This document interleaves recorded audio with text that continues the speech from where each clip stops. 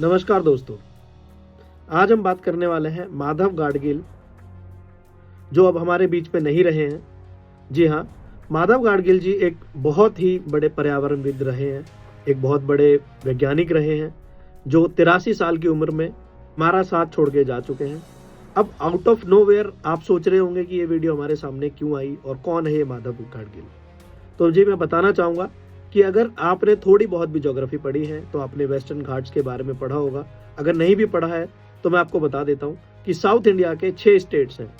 गुजरात, महाराष्ट्र, गोवा, कर्नाटका और केरला, जिनको western Ghats consider किया जाता है।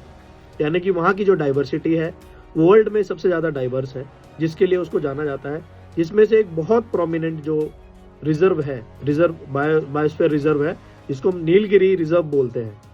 तो वहां पर एक व्यक्ति जिन्होंने अपनी जिंदगी लगा दी,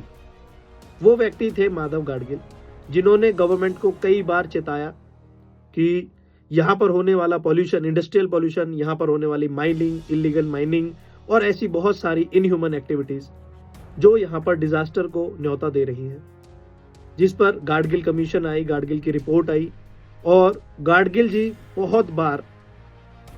गवर्नमेंट को वार्न कर चुके थे थ्रू देयर रिपोर्ट्स। उन्होंने 225 से ज्यादा रिसर्चेस की,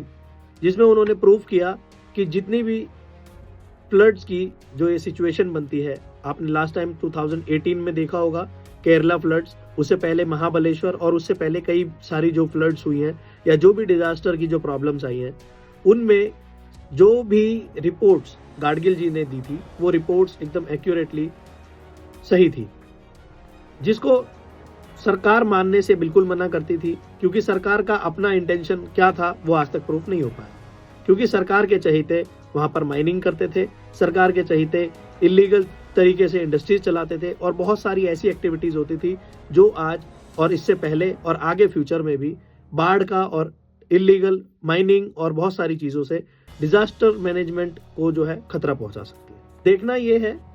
कि गाडगिल जी के जाने के बाद भी उनके द्वारा दी गई रिपोर्ट्स पर सरकार कुछ सोचती है, कुछ करती है, या फिर से साल, 2 साल, 3 साल बाद हमें साउथ इंडिया में कहीं किसी स्टेट्स में फ्लड्स या कोई ऐसी डिजास्टर जैसी सिचुएशन देखने को मिलती है, तो कौन होगा इसका जिम्मेदार? व्यक्ति जिसने अपनी जिंदगी सिर्फ ये जानने में लगा दी कि वहां पर डिजास्टर्स क्यों होते हैं, क्या क्या कारण है, और वो रिपोर्ट्स लाके सरकार को दे दे और सरकार उसका कुछ ना करे, सरकार उसको पब्लिक डिबेट्स में फंसा दे और सरकार ऐसी चीजों में फंसा दे जिससे वो निकल ही ना पाए। हालांकि वो अपनी इलनेस की वजह से अब हमारे बीच नहीं रहे हैं। I hope he